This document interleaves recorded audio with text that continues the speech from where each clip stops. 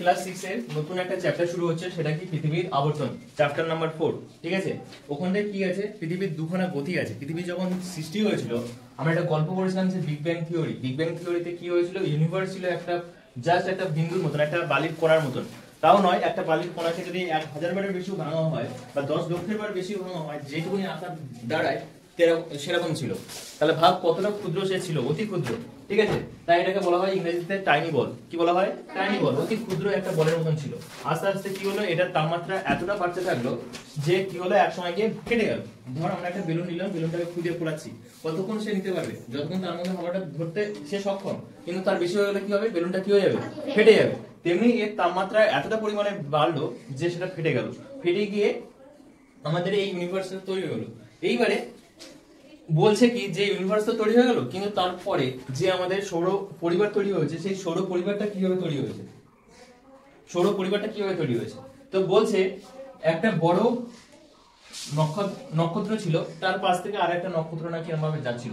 ঠিক আছে, যাওয়ার সময় এখানে ধাক্কা মেরে এইটাকে একদম চূর্ণ বিচূর্ণ করে দেয়, ভেঙে দেয়। কিন্তু ইয়ে ভাই সলিড ছিল, একদম পাশ কাটিয়ে চলে গেছে। ঠিক আছে, হয়তো কিছুটা ভেঙেছিল, এতটা একটা বিস্ফোরণ ঘটেছিল, তো কিছুটা হয়তো হয়েছিল, কিন্তু মেন জিনিস হচ্ছে যেটা ভেঙেছিল সেখান থেকে আমাদের পৃথিবী তৈরি হয়েছে। ঠিক আছে, এইবারে যখন একটা জিনিস ভাঙা শুরু হলো, একটা জিনিস যখন ভেঙে গেল, সেই ভাঙার টুকরোগুলো বিভিন্ন দিকে বিভিন্ন গতিতে ছুটতে শুরু করলো।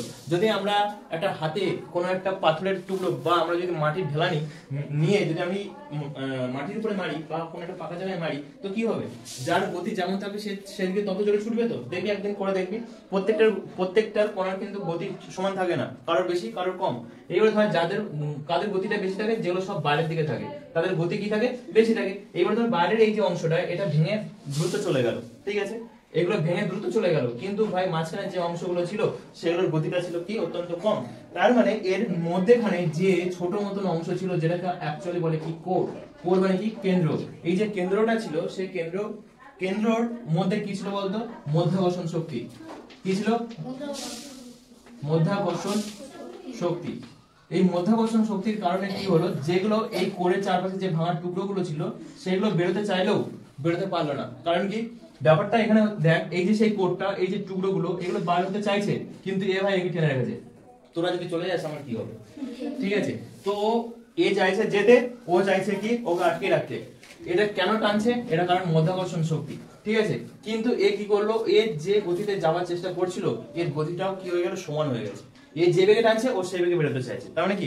গতি সমান হয়ে গেছে, যার জন্য ও কি করলো? এক জায়গায় দাঁড়িয়ে পড়লো। আর যখনই দাঁড়িয়ে পড়লো, তখনই ঘুরতে শুরু করবে না ভাই। বুঝতে পারলি? ও বেরোতে চাইছে, ও টানছে, সেই ফলে একটা ঘূর্ণনের সৃষ্টি হবে। যদি আমরা একটা ঢিল বাঁধি একটা দড়িতে, তাহলে এরকম করে যদি ঘুরাই, আমি তো জাস্ট এরকম ধরে রেখেছি ভাই, কিন্তু ও কি করেছে? পুরো ঘুরছে না। সেই জিনিসটা হয়েছে ওখানটায়।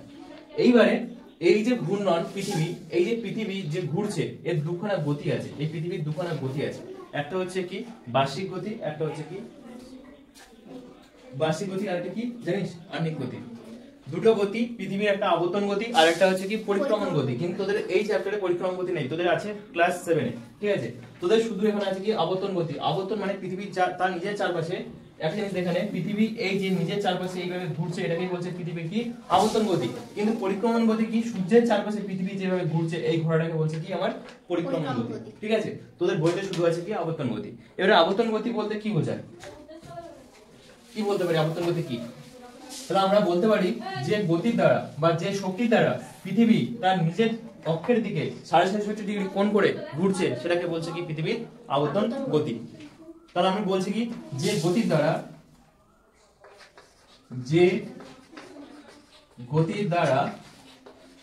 পৃথিবী নিজের অক্ষের চারপাশে 66.5 ডিগ্রি কোণ করে ঘোরে, সেই গতিকে পৃথিবী আবর্তন গতি বলে। তাহলে আমরা একটা জিনিস দেখলাম, পৃথিবী কয়েকটা টার্ম আমরা মেন ওয়ার্ডগুলো আমরা বাছাই করছি। প্রথমে বললাম কি একটা গতি, তারপর বলছি কি পৃথিবী অক্ষ 66.5 ডিগ্রি। ঠিক আছে, এই কটা জিনিস আমরা বুঝবো। প্রথমে বলছি কি পৃথিবী। পৃথিবীকে দেখতে পেলাম, ঠিক আছে। তারপর বলছে কি অক্ষ, পৃথিবীর অক্ষ এইটা, ঠিক আছে। উত্তর ও দক্ষিণ মেরু যে রেখা যোগ হয়েছে সেটা হচ্ছে পৃথিবীর অক্ষ। কিন্তু কি বলছে, এটা পৃথিবী যখন ধাক্কা খেয়েছিল ওই তৈরি হয়েছিল তখন থেকে নাকি এটা 66.5 ডিগ্রি কোণ করে হেলে আছে, এরকম ভাবে শুয়ে আছে হেলে, ঠিক আছে। তাহলে এই তিনটে জিনিস বুঝতে পারলাম।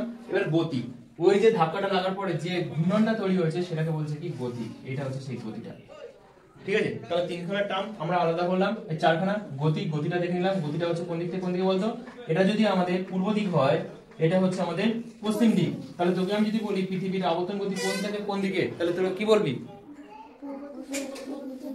হ্যাঁ, কোন দিক থেকে কোন দিকে? পশ্চিম থেকে পূর্ব দিকে ভাই, পশ্চিম থেকে পূর্ব দিকে। এইভাবে তুই যদি দাগটা টানিস তাহলে কি বলবি? পশ্চিম থেকে পূর্ব দিকে। আমি ধর এখানে একটা মানুষকে দাঁড় করিয়ে দিলাম, তাকে বললাম তুই ওদিক থেকে এদিকে আয়, তাহলে সে কোন দিক থেকে কোন দিকে আসছে? এটা যদি পশ্চিম থেকে পূর্ব দিকে আসছে তো তা সেই দাগটাকে আমি এরকম বললাম করেছি, তাতে কি পার্থক্য হয়েছে? কোন পার্থক্য হয়েছে কি? একই তো। তাহলে আমাদের পৃথিবীর আবর্তন গতি কোন দিক থেকে কোন দিকে? পশ্চিম থেকে পূর্ব দিকে। পৃথিবী কত ডিগ্রি কোণে হেলে রয়েছে? 66 ডিগ্রি কোণে হেলে রয়েছে। পৃথিবী কার উপরে 66 ডিগ্রি কোণ হেলে রয়েছে? পৃথিবীর অক্ষরেখা। পৃথিবীর অক্ষরেখা কি? পৃথিবীর অক্ষরেখা কি? পৃথিবীর উত্তর ও দক্ষিণ মেরুকে যে কাল্পনিক রেখা যোগ করেছে সেটাকে বলছে পৃথিবীর অক্ষরেখা। পৃথিবীর উত্তর বিন্দু ও দক্ষিণ মেরুবিন্দু যে কাল্পনিক রেখা পৃথিবীর উত্তর মেরুবিন্দু ও দক্ষিণ মেরুবিন্দুকে যোগ করেছে তাকে বলছে কি? অক্ষরেখা, ঠিক আছে। নালে তুই এটা এইভাবে বলতে পারিস, পৃথিবীর অক্ষরেখা বলতে গেলে এটা পূর্ব দিক আর এটা পশ্চিম দিক। তো যে কাল্পনিক রেখা পৃথিবীকে সম্পূর্ণভাবে পূর্ব ও পশ্চিম ভাগে ভাগ করেছে সেটাকে বলছে কি? পৃথিবীর অক্ষরেখা। এই হচ্ছে তোর মেইন বিষয়, পৃথিবীর আবর্তন। বুঝতে পারলি? পৃথিবীর আবর্তন। এবারে আমরা যদি গোলকে দেখি, গোলক যদি এটা হয়, এটা হচ্ছে পৃথিবীর আবর্তন, এই যে ঘুরছে এটাই হচ্ছে পৃথিবীর আবর্তন। যদি এরকম ভাবে ঘোরে তাহলে কি হয় বলতো? পরিক্রমণ। আমরা শুনেছি না যে বৃন্দাবনে গিয়ে লোকে পরিক্রমা করছে, পায়ে হেঁটে পরিক্রমা, মানে এক জায়গা থেকে অন্য জায়গায় যখন যাচ্ছি সেটা হচ্ছে আমাদের কি হয়ে যায়? পরিক্রমণ, ঠিক আছে। তাহলে এটা কি হচ্ছে? পৃথিবীর আবর্তন। আর ওটা হচ্ছে কি? পরিক্রমণ। ওটাকে আবার কি বলে বলতো? বার্ষিক গতি। বার্ষিক গতি কেন? বর্ষ মানে কি? বছর। এক বছরে পুরো পৃথিবী সূর্যের চারপাশে ঘুরছে, এই যে পৃথিবীটা আছে আর এ কি করছে? পুরো সারা এক বছরে এটা ঘুরছে বলে একে বলা হচ্ছে কি? বার্ষিক গতি। বুঝতে পারলি? পরিক্রমণ গতি আর বার্ষিক গতি দুটো কিন্তু এক, ঠিক আছে। তাহলে পৃথিবীর আবর্তন, এটা হলো পৃথিবীর আমার আবর্তন। কিন্তু যখনই পৃথিবী এরকম ঘোরা শুরু করে তখন কি হচ্ছে? আমার পরিক্রমা। এইটুকু বুঝতে পারলি? এইবারে যেটা বলতে চাইছিলাম সেটা হচ্ছে পৃথিবীর এই আবর্তন গতির ফলে কি হচ্ছে। এই যে আবর্তন পৃথিবী ঘুরছে এর ফলে কি হচ্ছে ভাই? দিন রাত্রি হচ্ছে। ধর আমি যদি ভাবি ক্যামেরাটা হচ্ছে সূর্য আর এটা হচ্ছে আমার পৃথিবী, পৃথিবী তো এরকম ভাবে ঘুরছে, তাহলে আমি ধরে নিলাম আমাদের ইন্ডিয়া কোথায়? এই যে ইন্ডিয়া এখানে আছে, তাহলে সূর্যের সামনে আছে, তাহলে সেখানে কি হবে? দিন না রাত? দিন। যখন আমাদের ইন্ডিয়া আমার সামনে চলে আসলো তখন এখানে কি হয়ে গেছে? রাত। তাহলে এই ঘূর্ণনের ফলে কি হচ্ছে? তাহলে দিন ও রাত। বুঝতে পারলি? তাহলে পৃথিবীর আণবিক গতির ফলে কি হচ্ছে? দিন ও রাত। সকাল হচ্ছে, বিকাল হচ্ছে, দিন হচ্ছে, রাত হচ্ছে, ঠিক আছে। তাহলে এর প্রথম যে পয়েন্টটা সেটা হচ্ছে কি? দিন ও রাত। এবারে দেখ আমরা পৃথিবীর আবর্তন গতিটা জেনে ফেললাম। এবার দেখো পরীক্ষায় প্রশ্ন দিতে পারে যে আবর্তন গতি ও বার্ষিক গতির মধ্যে ফলাফল লেখো, ঠিক আছে। আমরা একটু দেখে নিই আবর্তন গতি আর বার্ষিক গতির মধ্যে কি পার্থক্য আছে।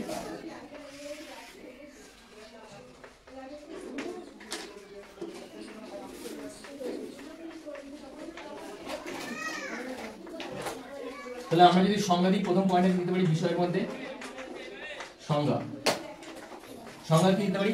যে গতির দ্বারা পৃথিবী 66 ডিগ্রি কোণ করে নিজের অক্ষের উপর পশ্চিম থেকে পূর্ব দিকে ঘুরে চলেছে সেই গতিকে কি বলছে? আবর্তন গতি, ঠিক আছে। তাহলে বার্ষিক গতি তাহলে কি হবে? যে গতির দ্বারা পৃথিবী সূর্যকে এক পাক প্রদক্ষিণ করছে তাকে বলছে কি? বার্ষিক গতি। তাহলে সংজ্ঞা হয়ে গেল আমার। সংজ্ঞার পরে আমরা এই গতির সময় লিখবো, সময়। তাহলে আবর্তন করতে মানে কি? পৃথিবীর আবর্তন গতি যদি ধর আমরা সবার শেষে একটা ছবি দেবো, ছবি বলে লিখে আবর্তন গতি মানে পৃথিবী যদি এটা হয় এটা হচ্ছে তার পৃথিবীর আবর্তন গতি, ঠিক আছে। বার্ষিক গতি যদি হয় এটা হচ্ছে আমাদের সান, এটা যদি আমাদের আর্থ হয় তাহলে এই যে ঘূর্ণনটাকে এটা কি বলছে? বার্ষিক গতি।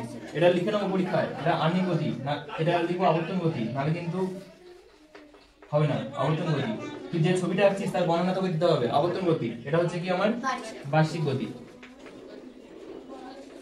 ঠিক আছে।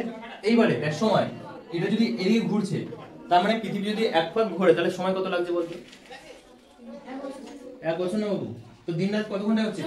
24 ঘন্টা। সহজ জিনিস ভাই। আবর্তন গতির ফলে তাহলে আবর্তন গতির গতিবেগ কত? 24 ঘন্টা আমরা বলতে পারি, বা এটা 23 ঘন্টা 56 মিনিট। ঠিক আছে, এটা বলতে পারি। এবার বার্ষিক গতিবেগ কত হতে পারে? 365 দিন। 365 দিন 6 ঘন্টা 48 মিনিট 46 সেকেন্ড। তাহলে সময় হয়ে গেল। এরপরে যদি আমি তোকে বলি এর ফলাফল কি, এর ফলে কি হচ্ছে আবর্তন গতির ফলে? দিন রাত। প্রথম হচ্ছে কি দিন রাত। দ্বিতীয় পয়েন্টে কি লিখতে পারি? সূর্যের এই পয়েন্টটা হতে পারে তোর সূর্যের দৈনিক আপাত গতি। সূর্যের দৈনিক আপাত গতি, এটা আমি বুঝাবো, সব এক করে বুঝাবো। তারপরে হতে পারে কি জোয়ার ভাটা। তাহলে এই যে জোয়ার ভাটা হচ্ছে কেন হচ্ছে? কেবলমাত্র এর জন্য হচ্ছে আবর্তন গতির দ্বারা। ঠিক আছে, কিন্তু বার্ষিক গতিতে যদি দেখি, যদি পৃথিবী কক্ষপথটা কেমন বলতো? সমান কি চারদিকে? সমান নয়। পৃথিবী কখনো সূর্যের কাছে চলে আসছে, কখনো সূর্যের থেকে দূরে চলে যাচ্ছে। তার ফলে কি সূর্যের কাছে আসলে মানে কি হবে? গরম বেশি হবে না কম হবে বলতো? বেশি। দূরে চলে গেলে গরম কম। তার মানে কি গরম আর এই ঠান্ডা এর থেকে কি বুঝতে পারছি? আমার এখানে ঋতু পরিবর্তন হচ্ছে। বলতে পারলাম বার্ষিক গতির জন্য কি হয় তাহলে? আমার ঋতু পরিবর্তন। ব্যাস, আর কিছু জানার দরকার নেই। ঠিক আছে, এটা আমরা নামিয়ে দিতে পারবো পরীক্ষা যদি আসে। ঠিক আছে, তো একটা কাজ কর, এইবারে যে মেন বিষয়টা তার মধ্যে আমরা প্রবেশ করতে চলেছি সেটা হচ্ছে পৃথিবীর আবর্তন গতির ফলাফল। ঠিক আছে, এই গতির কি ফলাফল আছে, এই ফলাফলের উপরেই তোদের প্রথম এই চতুর্থ চ্যাপ্টারটা শেষ করছে। প্রথমে যদি আমরা দেখি তাহলে প্রথমে কি বললাম? দিন রাত্রি, দিন ও রাত্রি। এর কারণে তৈরি হচ্ছে কি বলতো? ছায়াবৃত্ত। কি তৈরি হচ্ছে? ছায়াবৃত্ত। আরেকটা জিনিস ব্যাপার হচ্ছে, বিষয় হচ্ছে, সেটা হচ্ছে কি সূর্যের দৈনিক আপাত গতি। সূর্যের দৈনিক আপাত গতি, এই তিনখানা জিনিস আমরা দেখবো। আপাত গতি, আরেকটা জিনিস যেটা হতে পারে সেটা হচ্ছে কি জোয়ার ভাটা। এই চারটি জিনিস, জোয়ার ও ভাটা, এখানে এক একটা করে ব্যাখ্যা করবো আমরা। প্রথমে বলছে কি দিন ও রাত্রি। তো এবার ধর আমরা যদি এটাকে সূর্য ভাবি, এটাকে যদি আমরা আর্থ ভাবি,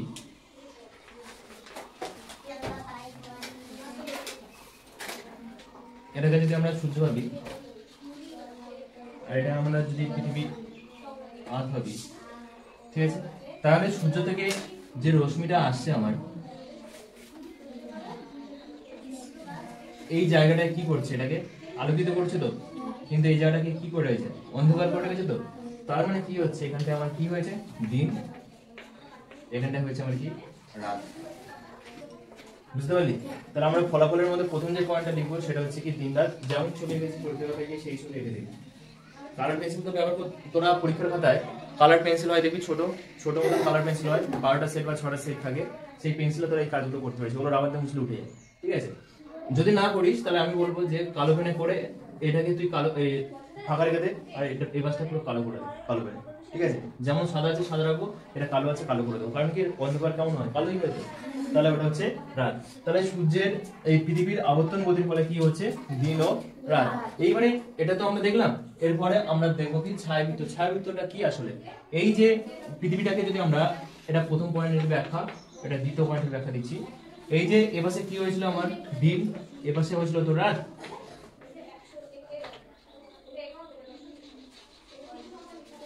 এই যে দিন রাতের মাঝখানে যে দাগটা তৈরি হয়েছে, যে দাগটা, সেটাকে বলছে কি আমার ছায়াবৃত্ত।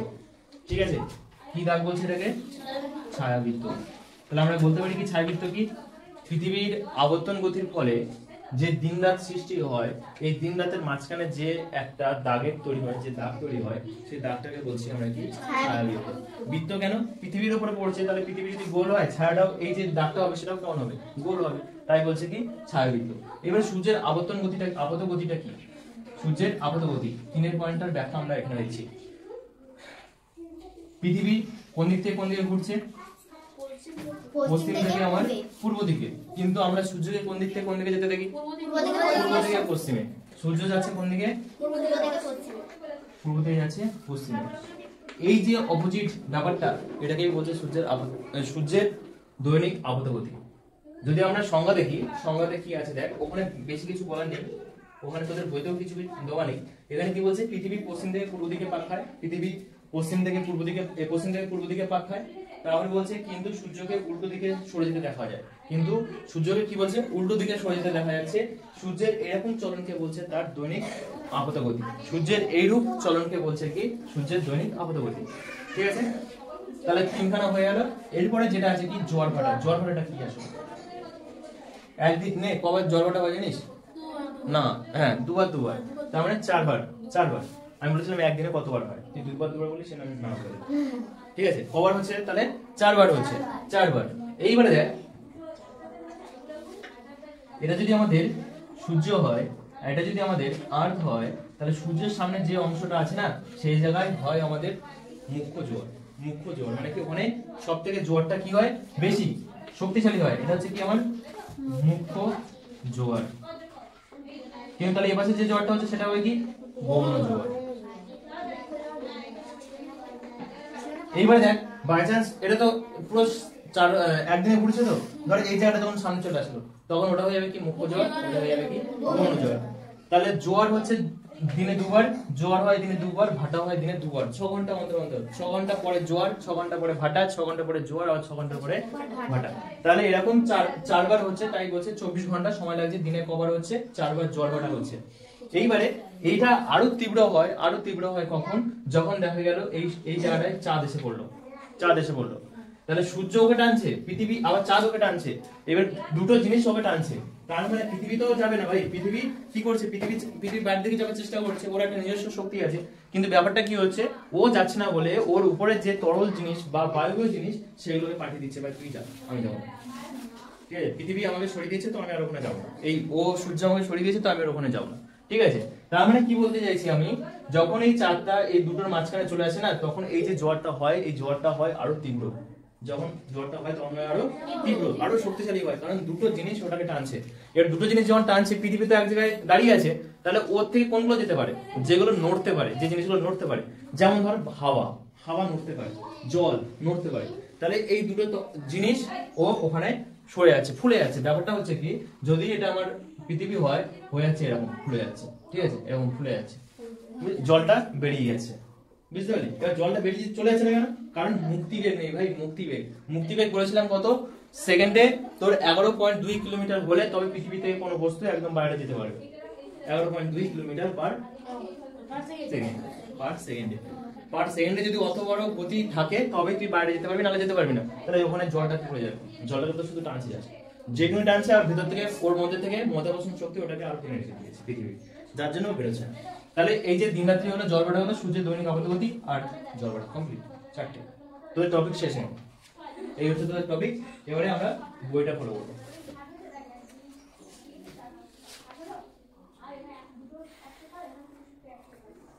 কিছু নেই ভাই বলার এখানে।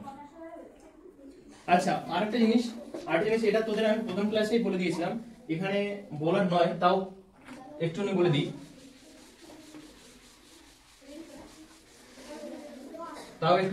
দেখ লাগবে না। এটা যদি আমরা পৃথিবী আঁকি, মাঝখান থেকে কোনটা হয়ে গেছে, 0 ডিগ্রি না?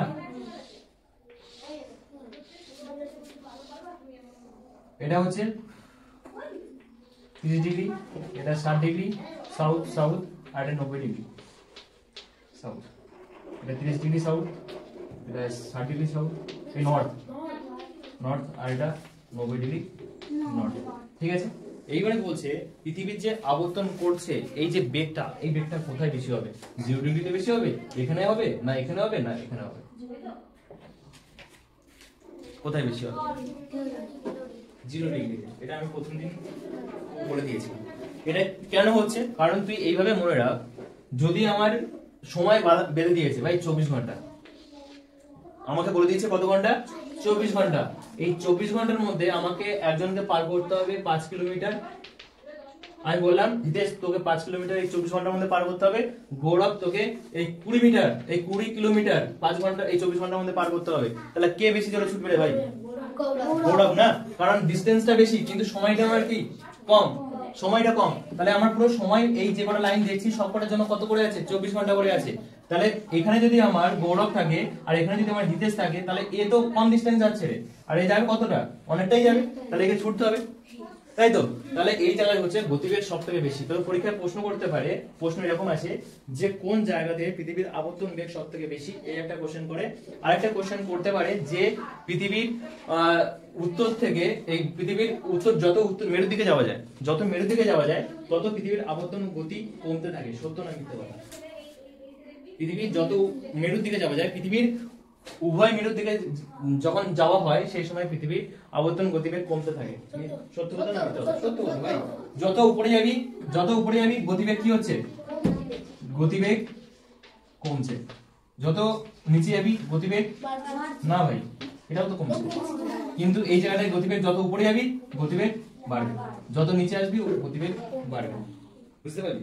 এই গতিবেগটা আমরা একটু দেখে নেবো কোথায় কত।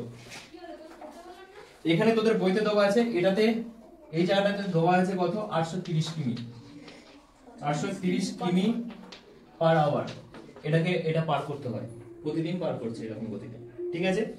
এইবারে এটা আছে কত বলতো, 1275 কিমি পার আওয়ার, ঠিক আছে। তোদের পরীক্ষায় এরকম প্রশ্ন দিতে পারে যে 60 ডিগ্রি বা 66.5 ডিগ্রি বা এর নাম করে দিতে পারে যে এই রেখাটির গতিবেগ কত। তোকে এই সংখ্যাটা মাথায় রাখতে হবে, কিন্তু বইয়ের পেজ নাম্বার 25 আছে, ঠিক আছে, ছবির মধ্যেই আছে। তাহলে এখানে গতিবেগ কত, 1650 কিমি পার আওয়ার, 1650 কিমি পার আওয়ার। এটা যদি 1650, আচ্ছা একটা দুটো, এটা 830 নয়, এটা হবে 1275 কিমি। তাহলে এখানে যেমন যেগুলো আছে সেম হবে, 1275, এটাও আমার সেম হবে, এটা 1275, 1650, তারপরে এটা 1550, তারপরে হচ্ছে 1275। তাহলে এটা যদি 1650 হয়, এর পরেরটা এটা হবে 1550, এর পরেরটা কোনটা হবে 1275, ঠিক আছে। তারপরে 830, এটা দুই মেরুতে, 830 দুই মেরুতে, বুঝতে পারলি? এই জায়গায় এর গতিবেগ, এই জায়গায় এর গতিবেগ কত, 830, আর এখানে গতিবেগ কত, 1650। তাহলে আমি এখানে লিখে দিই, তাহলে ভালো, 1650 কিমি পার সেকেন্ড, এখানটায় আছে কত, 1550 কিমি পার সেকেন্ড, এখানে আছে কত, 1275 কিমি পার সেকেন্ড, আর এখানটায় কত আছে, এখানটায় আছে আমার 830, বুঝতে পারলি গতিবেগে? তাহলে দেখ দিই কোথায় গতিবেগ সবথেকে বেশি, নিরক্ষরেখা, সবথেকে কম মেরু বিন্দুতে, বুঝতে পারলি? এই হচ্ছে আমাদের গল্প শেষ হয়ে গেছে। তাহলে তোদের কাজ হচ্ছে বাড়িতে এটা পড়া, ঠিক আছে, মেনগুলো আমি করে দিয়েছি।